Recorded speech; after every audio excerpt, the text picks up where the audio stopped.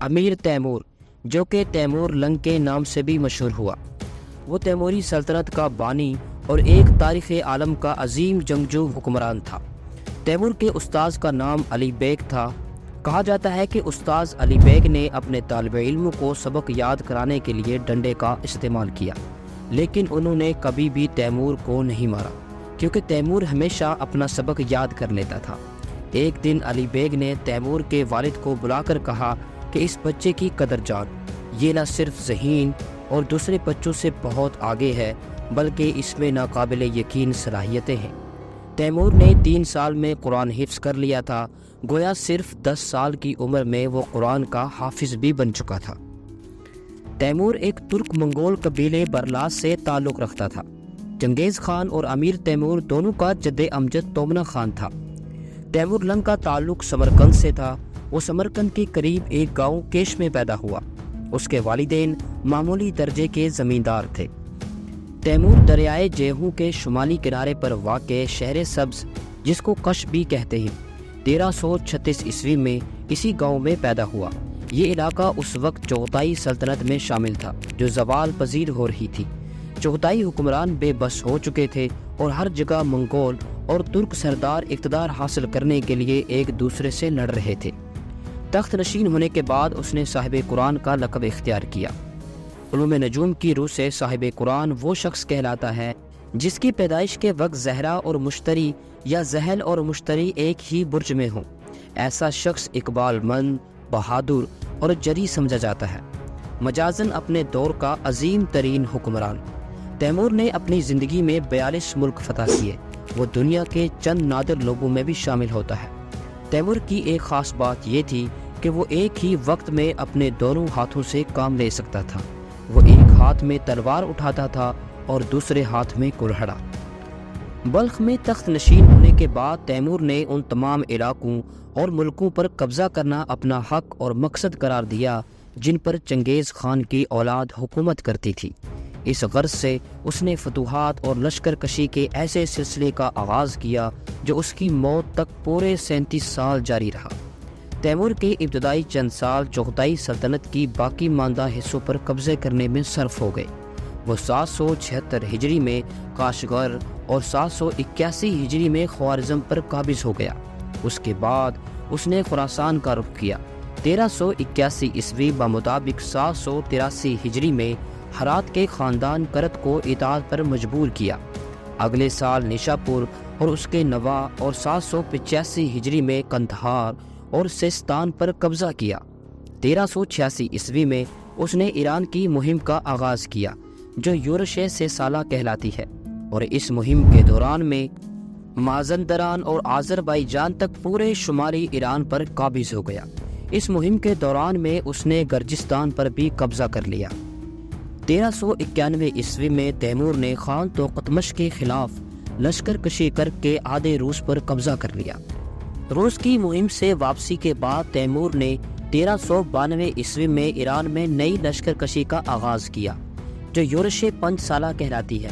اس مہم کے دوران میں اس نے ہمدان، اصفہان اور شیراز فتح کیے، آل مظفر کی حکومت کا خاتمہ کیا اور بغداد اور عراق سے احمد جلائر کو بے دخل کیا۔ اس طرح وہ پورے ایران اور عراق پر قابض ہو گیا۔ تیمور ایران کی مہم سے فارغ ہو کر ابھی تبریز واپس ہی آیا تھا کہ اس کو اطلاع ملی کہ توقتمش نے دربند کے راستے پر حملہ کر دیا ہے۔ تیمور نے دریائے تیرک کے کنارے 18 اپریل 1395 عیسوی کو خان توقتمش کو ایک اور شکست فاش دی۔ اس کے بعد تیمور نے پیش قدمی کر کے سیر اوردہ کے دارالحکومت سرائے کو تباہ و برباد کر دیا اور اس کی اینٹ سے اینٹ بجا دی۔ اس مہم کے دوران میں تیمور استراخان، ماسکو، کیف اور کرائمیا کے شہروں کو فتح کرتا اور تباہی پھیلاتا ہوا براستہ قفقاز، گرجستان اور تبریز 798 ہجری میں سمرقند واپس آ گیا۔ 1398 عیسوی میں تیمور ہندوستان کو فتح کرنے کے ارادے سے روانہ ہوا۔ ملتان اور دیپال پور سے ہوتا ہوا دسمبر 1398 عیسوی میں دہلی پہنچا۔ دہلی کو فتح کرنے اور وہاں قتل عام کرنے کے بعد وہ میرٹھ گیا اور وہاں دریائے جمنا کی بارائی وادی میں ہندوؤں کی مقدس مقام ہردوار میں لوگوں کا یہ سمجھ کر قتل عام کیا کہ کافروں کو مار کر ثواب کمایا جا رہا ہے۔ اس جگہ تیمور کو اپنی سلطنت کی مغربی سرحدوں سے تشویشناک خبریں ملی۔ احمد جرائر سلطان مصر کی مدد سے پھر بغداد واپس آ گیا تھا۔ اس کے اور قرہ یوسف ترکمان کے ورغلانے سے عثمانی سلطان بایزید ان سب کے ساتھ مل کر تیمور کے خلاف محاذ بنا رہا تھا۔ چنانچہ تیمور فوراً سمرقند واپس ہوا اور 1399 عیسوی میں تیمور سمرقند سے اپنی آخری اور طویل ترین مہم پر روانہ ہوا۔ تبریز پہنچ کر اس نے سلطان مصر کے پاس سفیر بھیجے جن کو قتل کر دیا گیا۔ چنانچہ تیمور سلطان مصر کی سرکوبی کے لیے روانہ ہوا، جو احمد جلائر کی مدد اور حوصلہ افزائی بھی کرتا تھا۔ حلب، حمص اور بالبک فتح کرتا ہوا دمشق پہنچا اور حسب دستور لوگوں کا قتل عام کیا اور شہر میں آگ لگا دی۔ اس کے بعد وہ بغداد آیا، لیکن احمد جلائر اس کے بغداد پہنچنے سے پہلے ہی فرار ہو چکا تھا۔ اس دوران میں سلطان بایزید نے احمد جلائر اور قرہ یوسف کی تحریک پر، جو اس کے پاس پناہ گزین تھے، ایشیا کوچک میں تیموری علاقوں پر حملہ کر دیا۔ تیمور نے اختلافات کو خط و کتابت کے ذریعے حل کرنا چاہا، لیکن جب اس میں کامیابی نہ ہوئی تو اس نے سلطنت عثمانیہ پر لشکر کشی کر دی۔ سیورس کا دفاع کرنے والے 4000 سپاہیوں کو زندہ دفن کر دیا گیا۔ بایزید اس وقت قسطنطنیہ کے محاصرے میں مصروف تھا۔ تیمور کے حملے کی جب اسے اطلاع ملی تو فوراً محاصرہ اٹھا کر اناطولیہ کی طرف روانہ ہو گیا۔ انقرہ کے قریب 21 جولائی 1402 عیسوی کو دونوں کے درمیان میں فیصلہ کن جنگ ہوئی، جو جنگ انقرہ کے نام سے مشہور ہے۔ بایزید کو شکست ہوئی اور وہ گرفتار کر لیا گیا، لیکن تیمور اس کے ساتھ عزت و احترام سے پیش آیا اور ازمیر تک سارا ایشیا کوچک اجاڑ ڈالا۔ مصر کے مملوک سلطان کو جب اطلاع ملی کہ تیمور نے بایزید جیسے طاقتور حکمران کو شکست دے کر گرفتار کر لیا، تو سفیر بھیج کر تیمور کو اطاعت کی پیشکش کر دی۔ مصر میں تیمور کے نام کا سکہ ڈھالا اور مکہ اور مدینے میں اس کے نام کا خطبہ پڑھنے کا حکم دیا۔ سمرقند واپس آنے کے بعد تیمور نے چین پر حملے کی تیاریاں شروع کر دیں۔ چین پر ایک زمانے میں چنگیز خان کی اولاد کا قبضہ بھی رہ چکا تھا، اس لیے تیمور اس پر بھی اپنا حق سمجھتا تھا۔ اس کے علاوہ تیمور کفاران چین کے خلاف جہاد کر کے اس خونریزی کی تلافی کرنا چاہتا تھا جس کا شکار اب صرف مسلمان ہوئے تھے۔ سردیاں شباب پر تھیں اور تیمور بوڑھا تھا۔ سیر دریا کو پار کر کے جو منجمد ہو چکا تھا، جب وہ اترار پہنچا تو اس کی طبیعت خراب ہو گئی اور اسی جگہ 18 فروری 1405 عیسوی کو اس کا انتقال ہو گیا۔ اس کی لاش سمرقند لا کر دفنائی گئی۔ لڑائیوں میں زخم کھانے کی وجہ سے تیمور کا دایاں ہاتھ شل ہو گیا تھا اور دائیں پاؤں میں لنگ تھا، اس لیے مخالف مورخین اس کو حقارت سے تیمور لنگ لکھتے تھے۔ فتوحات کی وسعت کے لحاظ سے تیمور کا شمار سکندر اعظم اور چنگیز خان کے ساتھ دنیا کے 3 سب سے بڑے فاتح سپہ سالاروں میں ہوتا ہے۔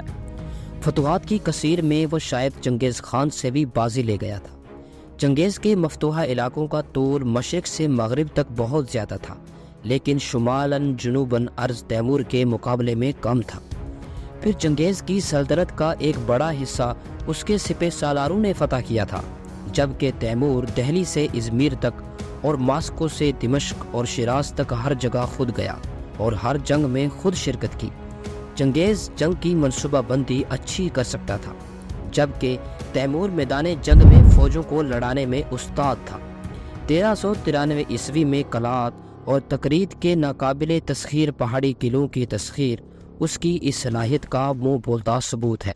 تو ناظرین، تیمور کی بحیثیت ایک سپہ سالار حیرت انگیز صلاحیتوں سے انکار نہیں کیا جا سکتا، لیکن اس نے اس خداداد صلاحیت سے جو کام لیا وہ اسلامی روح کے خلاف تھا۔